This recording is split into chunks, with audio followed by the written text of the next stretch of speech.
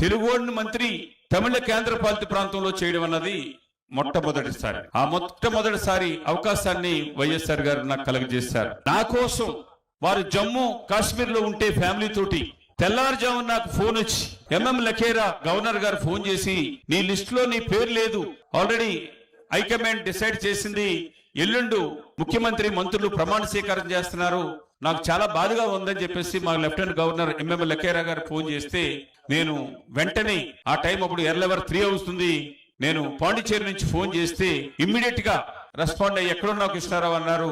నేను పాండిచేరిలో ఉన్నాను అని చెప్తే, నీకు ఫ్లైట్ టికెట్ ని చెన్నైలో 7 చిల్లరకు ఫ్లైట్ ఉంది, అక్కడ టికెట్ పట్టుకుని మనిషి ఉంటాడు, నేను షార్టెడ్ ఫ్లైట్ లో ఢిల్లీ వస్తాను, నేను 10 గంటలకల్లా ల్యాండ్ అవుతాను, నువ్వు 10 గంటలు ల్యాండ్ అవుతావు, నేను మేడం తోటి అమితా పటేల్ తోటి దిగ్విజయ్ సింగ్ తోటి మాట్లాడి నేను వెంటనే మధ్యాహ్నం పొద్దున ఫంక్షన్ ని మధ్యాహ్నానికి వాయిదా చేసుకుని నేను వెళ్ళిపోతానని చెప్పి ఇమీడియట్ గా చెప్పిన విధంగా నాకు ఎయిర్పోర్ట్ లోకి వెళ్ళేటప్పటికి నాకు ఫ్లైట్ టికెట్ పట్టుకుని అక్కడ మనిషి ఉన్నారు, నేను ఢిల్లీలో ల్యాండ్ అయ్యాను.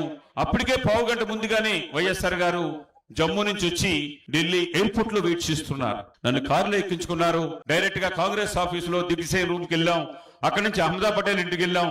అమితా పటేల్ మేడం ఇంటికి ఇవన్నిటికి 45 నిమిషాలు మాత్రమే పూర్తి చేసుకుని ఇమీడియట్ గా అమితా పటేల్ గారు పాండిచేరి ఫోన్ చేసి, రేపు ఒక్క ముఖ్యమంత్రి మాత్రమే ప్రమాణ స్వీకారం చేయండి, మంత్రులను ఆఫ్ చేయండి, మల్లాడి కృష్ణారావు పేరుని ఇంక్లూడ్ చేసి ఎవరిని తీయాలో తీసుకుని అప్పుడు మాత్రమే డిసైడ్ చేసుకుని రండి అని చెప్పేసి చెప్పడం జరిగింది. వెంటనే నన్ను ఎయిర్పోర్ట్ లో మళ్ళీ అతను వారిని డ్రాప్ చేసి, నువ్వు కూడా ఇక్కడ ఉంటావా వెళ్ళిపోతావనంటే, ఇంకొక 2 రోజులు ఇక్కడ ఉండే వెళ్తానని చెప్పి చెప్పడం.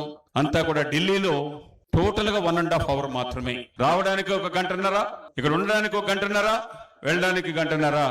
10:30 గంటలకు ఉదయం పెట్టుకున్న ప్రోగ్రామ్ ని 4 గంటలకు పోస్ట్ పోన్ చేసుకుని అక్కడున్న స్నేహితులు ఫ్యామిలీ మెంబర్స్ ని వాళ్ళని డిసప్పాయింట్ చేయకుండా ఒక స్నేహితుడి కోసం అది జీవితంలో ఎప్పుడు కూడా మర్చిపోలేని సంఘటన.